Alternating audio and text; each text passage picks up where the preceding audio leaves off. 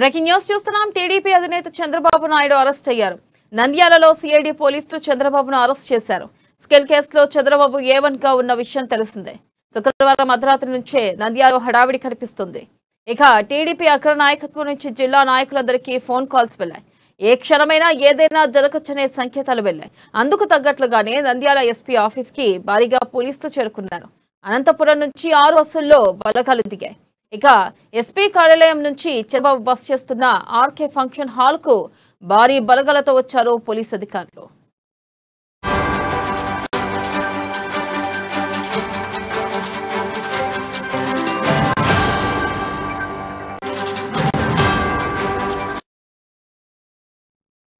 ఇక అందులో డీఐజీ రఘురామరెడ్డి, జిల్లా ఎస్పీ రఘువీరారెడ్డి ఉన్నారు.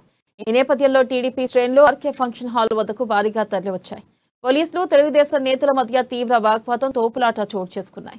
టీడీపీ శ్రేణుల్ని నెట్టుకుంటూ పోలీసులు ముందుకు వెళ్లారు. చంద్రబాబు ప్రధాన భద్రతా అధికారి, ఎన్ఎస్జీ అధికారులతో పోలీసులు సంప్రదింపులు జరిపారు. ఎన్ఎస్జీ కమాండెంట్ కి పోలీసులు సమాచారం ఇచ్చారు. ఇక మరోవైపు అర్ధరాత్రి చంద్రబాబుని నిద్రలేపడం కరెక్ట్ కాదంటూ మండిపడ్డారు నేతలు. ఆయన ఎక్కడికి పారిపోయే వ్యక్తి కాదని పోలీసులతో వాగ్వాదానికి దిగారు.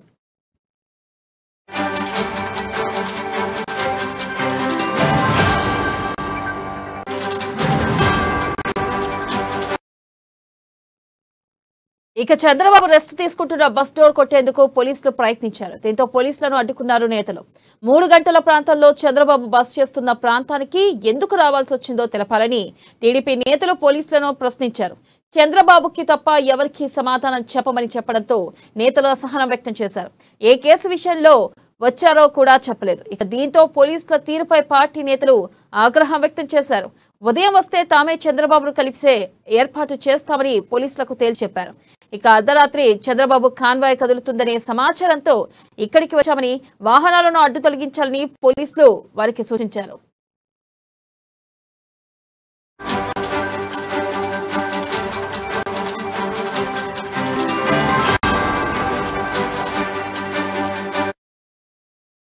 ఇక 2015లో స్కిల్ డెవలప్మెంట్ సిమెన్స్ ప్రాజెక్ట్ వెలుగులోకి వచ్చింది. సిమెన్స్, డిజైన్ టెక్ సంస్థలతో టీడీపీ ప్రభుత్వం ఒప్పందం జరిగింది. ఈ ప్రాజెక్ట్ మొత్తం వ్యయం 3,356 కోట్లు కాగా రాష్ట్ర ప్రభుత్వం వాటా 10%గా ఉంది. ఇక 371 కోట్లు దారి మళ్లాయని ఆరోపణలు వచ్చిన నేపథ్యంలో వైసీపీ ప్రభుత్వం 2020 ఆగస్టులో విచారణకు ఆదేశించారు. ఇక మంత్రివర్గ ఉపసంఘంతో విచారణ జరిగింది. 2020 డిసెంబర్ 10న విజిలెన్స్ విచారణ చేపట్టారు. 2021 ఫిబ్రవరి 9న ఏసీబీ విచారణ ప్రారంభించింది. 2021 డిసెంబర్ 9న ఈ కేసును సిఐడికి బదిలీ చేశారు.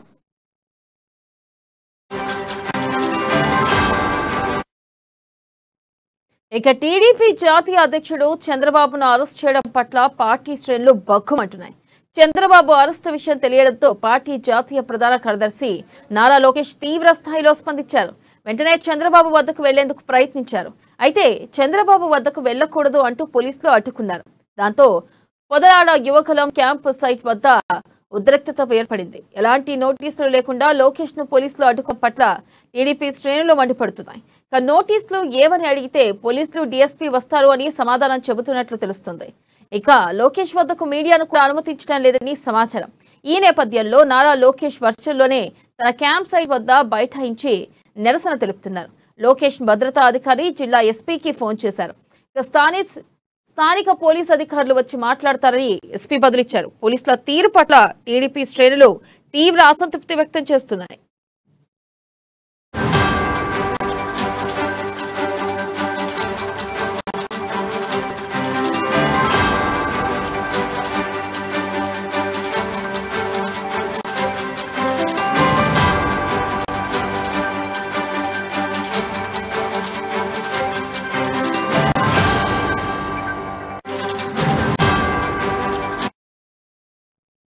బ్రేకింగ్ న్యూస్ చూస్తున్నాం. టీడీపీ అధినేత చంద్రబాబు నాయుడు అరెస్ట్ అయ్యారు. నంద్యాలలో సిఐడి పోలీసులు చంద్రబాబును అరెస్ట్ చేశారు. ఇక స్కిల్ కేసులో చంద్రబాబు A1 గా ఉన్న విషయం తెలిసిందే. శుక్రవారం అర్ధరాత్రి నుంచే నంద్యాలలో హడావిడి కనిపించింది. అయితే టీడీపీ అగ్ర నాయకత్వం నుంచి జిల్లా నాయకులందరికీ ఫోన్ కాల్స్ వెళ్లాయి. ఏ క్షణమైనా ఏదైనా జరగొచ్చనే సంకేతాలు వెళ్లాయి. అందుకు తగ్గట్లుగానే నంద్యాల ఎస్పీ ఆఫీస్ కు భారీగా పోలీసులు చేరుకున్నారు. అనంతపురం నుంచి 6 బస్సుల్లో బలగాలు దిగాయి. ఇక ఎస్పీ కార్యాలయం నుంచి చంద్రబాబు బస చేస్తున్న ఆర్కే ఫంక్షన్ హాల్ కు భారీ బలగాలతో వచ్చారు పోలీసు అధికారులు. ఇక దీనిపై మరింత సమాచారాన్ని మా ఇన్పుట్ ఎడిటర్ శ్రీనివాస్ అందిస్తారు. శ్రీనివాస్. థ్యాంక్ యూ వెన్నెల. ఏదైతే స్కిల్ డెవలప్మెంట్ స్కామ్ కేసుకు సంబంధించి A1 గా మాజీ ముఖ్యమంత్రి తెలుగుదేశం అధినేత చంద్రబాబు నాయుడిని ఈ రోజు ఉదయం అరెస్ట్ చేయడం జరిగింది. అరెస్ట్ చేసిన తర్వాత కొద్దిసేపు హైడ్రామా కొనసాగింది. తన అరెస్ట్ సంబంధించి ఎందుకు అరెస్ట్ చేస్తున్నారో చెప్పాలని చెప్పి చంద్రబాబు నాయుడు డిమాండ్ చేయడం జరిగింది. ఆయన కార్యకర్తలు కొద్దిసేపు అక్కడ పోలీసులను అడ్డుకోవడం జరిగింది. ఏదేమైనప్పటికీ కూడా చివరిగా పోలీసులు ఈ కేసుకు సంబంధించి చంద్రబాబు నాయుడుకి నోటీసులు ఇవ్వడం జరిగింది. సిఆర్పిసి సెక్షన్ 50 ప్రకారం నోటీసులు ఇచ్చారు. ఏదైతే స్కిల్ డెవలప్మెంట్ స్కామ్ లో A1 గా చంద్రబాబు నాయుడిని కేసుగా టీడీపీ అధినేత మాజీ మంత్రి అచ్చెన్నాయుడిని కూడా చేర్చడం జరిగింది. అదేవిధంగా ఈ కేసుకు సంబంధించి మాజీ మంత్రి గంటా శ్రీనివాసరావు ఆయన కొడుకు కూడా ఇందులో కేసులో ఇన్వాల్వ్ ఉన్నట్టు కూడా సిఐడి చెప్పడం జరిగింది. ఇప్పటివరకు కూడా ఈ స్కిల్ డెవలప్మెంట్ స్కామ్ కేసుకు సంబంధించి 8 మందిని అరెస్ట్ చేయడం జరిగింది. మొత్తం ఈ కేసులో 36 మంది నిందితులుగా ఉన్నారని చెప్పేసి కూడా మనకున్న సమాచారం. అయితే ఈ స్కిల్ డెవలప్మెంట్ స్కామ్ కు సంబంధించి చంద్రబాబు అరెస్ట్ నేపథ్యంలోనే అనేక హైడ్రామా కొనసాగింది. చంద్రబాబు అరెస్టును పార్టీ నేతలు అడ్డుకునే ప్రయత్నం చేశారు. అదేవిధంగా జిల్లా అరెస్ట్ జరుగుతుందని చెప్పేసి కూడా ఇప్పటికే జిల్లా నేతలందరికీ కూడా అప్పటి రాత్రి నోటీసు పంపించడం జరిగింది, సమాచారం పంపించడం జరిగింది. సమాచారం అందుకున్న నేతలు హుటాహుటిన నంద్యాలకు చేరుకున్నారు. చంద్రబాబు కేసుకు ఏ విధమైన కేసు పెట్టారు, కేసుకు సంబంధించిన వివరాలు నేతలు అడిగినప్పటికీ కూడా పోలీసులు వాళ్ళకి చెప్పలేదు. నేరుగా వెళ్లి చంద్రబాబు నాయుడికి నోటీసులు ఇవ్వడం జరిగింది. అదే నోటీసులు ఇచ్చిన తర్వాత అరెస్ట్ చేశారు. కొద్దిసేపటి క్రితమే చంద్రబాబుని నంద్య నుంచి విజయవాడ తరలిస్తున్నారు. ఆయన హెలికాప్టర్ ద్వారా తరలించాలని, భద్రతా దృష్ట్యా హెలికాప్టర్ తరలించాలని ముందుగా భావించారు. కానీ చంద్రబాబు నాయుడు దానికి ఒప్పుకోలేదు. తాను రోడ్డు మార్గంలోనే వెళ్తానని చెప్పేసి చెప్పడంతో రోడ్డు మార్గంలోనే ఆయన ఇప్పుడు విజయవాడకు తీసుకెళ్తున్నారు. విజయవాడకు తీసుకెళ్లిన తర్వాత అక్కడ 3వ జిల్లా అదనపు కోర్టులో ఆయనని హాజరుపరచబోతున్నారు. శ్రీనివాస్, ఇప్పటి వరకు ఎంత మంది ఈ స్కామ్ లో ఇన్వాల్వ్ అయి ఉన్నారు? అయితే ఇప్పుడు చంద్రబాబు తర్వాత ఇంకెవరినైనా అదుపులోకి తీసుకునే అవకాశాలు ఉన్నాయంటారా?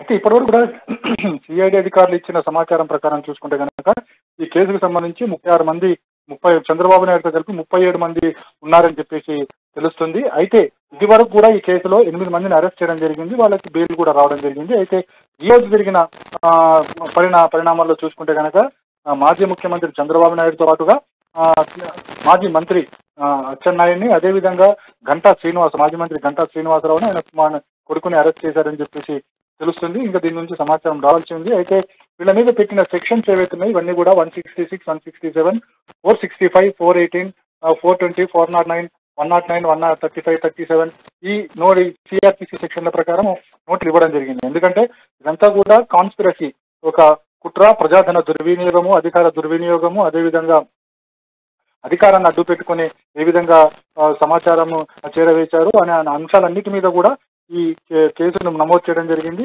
ఈ కేసులో చూసుకుంటే కనుక ఇప్పటివరకు కూడా 2 నోటీసులు ఇచ్చినారు. ఏదైతే ముఖ్యంగా ఈ కేసుకు సంబంధించి ఇన్కమ్ ట్యాక్స్ అధికారులు కొద్ది రోజుల క్రితం నోటీసులు ఇవ్వడం జరిగింది. చంద్రబాబు నాయుడు పిఏ పెండ్యాల శ్రీనివాస్ కి, అదేవిధంగా సిమెంట్స్ కంపెనీలో రిప్రజెంటేటివ్ ఉన్న వ్యక్తికి కూడా నోటీసులు ఇవ్వడం జరిగింది. వాళ్ళిద్దరు కూడా దేశం విడిచి వెళ్లిపోవడంతో ఈ రోజు తప్పనిసరి పరిస్థితుల్లోనే పూర్తి ఆధారాలు సేకరించిన తర్వాతనే చంద్రబాబు నాయుడిని అరెస్టు చేశారని చెప్పేసి కూడా పోలీసుల నుంచి అందుతున్న సమాచారం. అయితే ఈ అరెస్టు నేపథ్యంలో పలు ప్రతి విమర్శలు చోటు చేసుకున్నాయి. అయితే పక్కా సమాచారం ప్రకారమే ఈ అరెస్టు జరిగిందని చెప్పేసి కూడా సిఐడి అధికారులు చెప్తున్నారు. అయితే అసలుకి ఈ స్కామ్ ఎన్ని కోట్ల మేరకు జరిగింది? అసలు చంద్రబాబుకి ఈ స్కామ్ విషయంలో బెయిల్ వచ్చే అవకాశం ఉందంటారా? అయితే సిఐడి ఏదైతే ఎఫ్ఐఆర్ నమోదు చేసిందో సిఐడి అధికారులు అందించిన సమాచారం ప్రకారం ఏదైతే 2019లో ఈ కేసు నమోదు చేయడం జరిగింది. అయితే 2019లో ఏదైతే చంద్రబాబు నాయుడు అధికారంలో ఉండగా ఈ స్కిల్ డెవలప్మెంట్ కార్పొరేషన్ ని ఏర్పాటు చేయడం జరిగింది.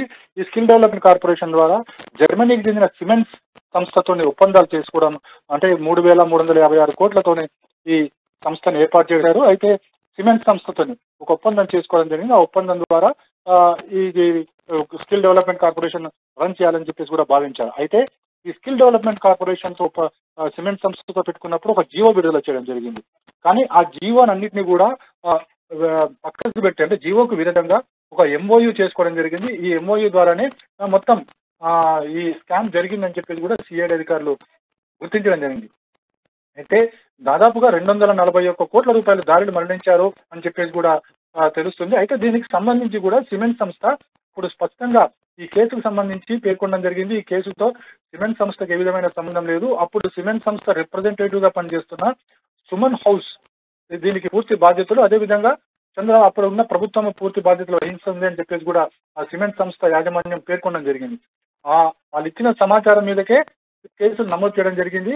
ఆ నమోదు చేసిన తర్వాతనే వీళ్ళిద్దరికి పెండ్యాల శ్రీనివాస్ కావచ్చు, లేకుంటే సుమన్ హౌస్ కి కావచ్చు నోటీసులు జారీ చేశారు.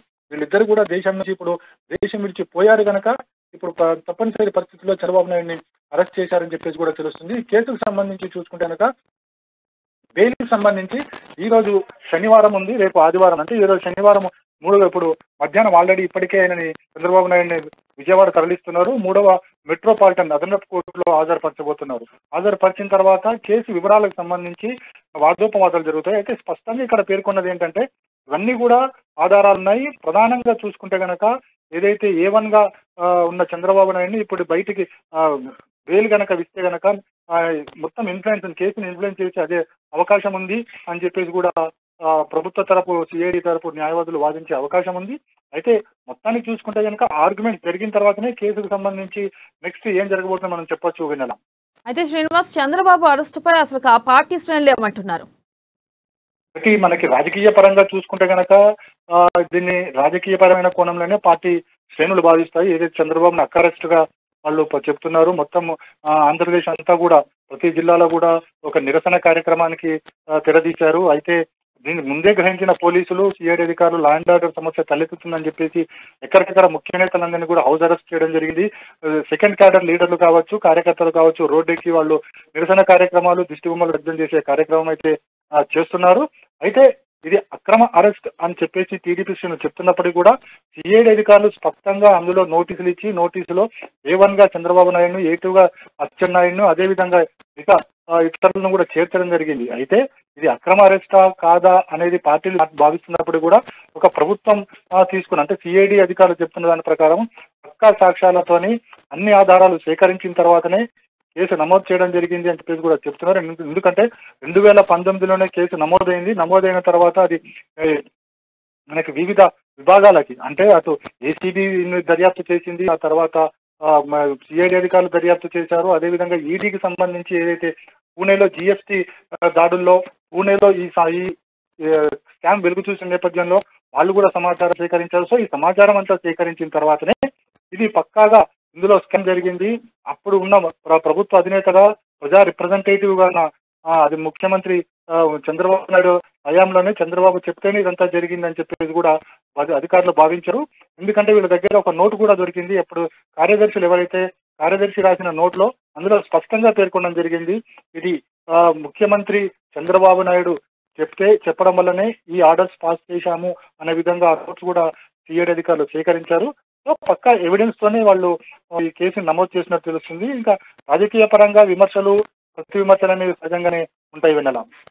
అయితే మరో పక్కన చూసినట్టయితే శ్రీనివాస్, ఇటు లోకేష్ ని కూడా చంద్రబాబుని కలవడానికి అనుమతి ఇవ్వలేదు. అసలు ఎందుకు అనుమతి ఇవ్వడం లేదంటారు? అంటే ఒకటి కేసుకు సంబంధించి చూసుకుంటే కనుక పూర్వపరాలన్నీ కూడా పరిశీలిస్తారు. ఒకసారి కేసు నమోదైన తర్వాత కుటుంబ సభ్యులు ఎవరికి కూడా కలవడానికి వీలుండదు. ఎందుకంటే వన్స్ కోర్టులో హాజరుపరిచిన తర్వాత రిమాండ్ కి తరలిస్తే అప్పుడు చూడాల్సిన అవసరం ఉంది. మరొకటి విషయం ఏంటంటే ఇప్పుడు లోకేష్ ఒక చోటు ఉన్నారు, అదేవిధంగా చంద్రబాబు నాయుడు నంద్యాలలో పర్యటిస్తున్నారు. ఈ పర్యటనలో అంటే రావడం వల్ల అక్కడి నుంచి ఇక్కడ ప్రయాణం చేయడం వల్ల మరింత టెన్షన్ వాతావరణం క్రియేట్ అయ్యే అవకాశం ఉంది. లా అండ్ ఆర్డర్ దెబ్బతినే ప్రమాదం ఉంది కాబట్టి పోలీసులు కలవనీయలేదని చెప్పేసి కూడా వాళ్ళు చెప్తున్న వర్షన్లో మనకు కనిపిస్తుంది.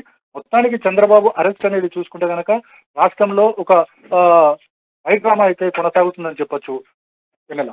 Right Srinivas, thank you.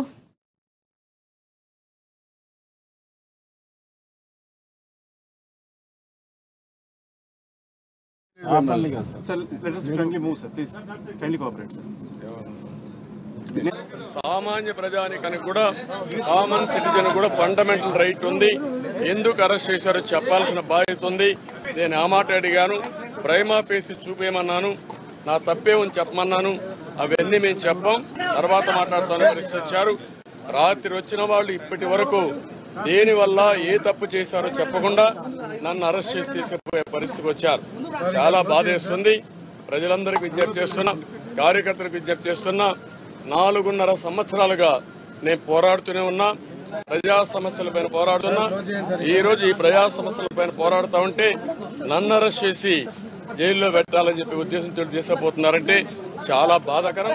దీన్ని నేను చాలా తీవ్రంగా ఖండిస్తున్నాను. ప్రైమా ఫేసి ఉండాలి, తప్పు చేసిన వాస్తవాన్ని నిరూపించాలి, అప్పుడే కేసు పెట్టాలి. అది కూడా పెట్టకుండా ఏదో పెట్టామని చెప్పి కావాలని చెప్పి చేసే పరిస్థితికి వచ్చారు.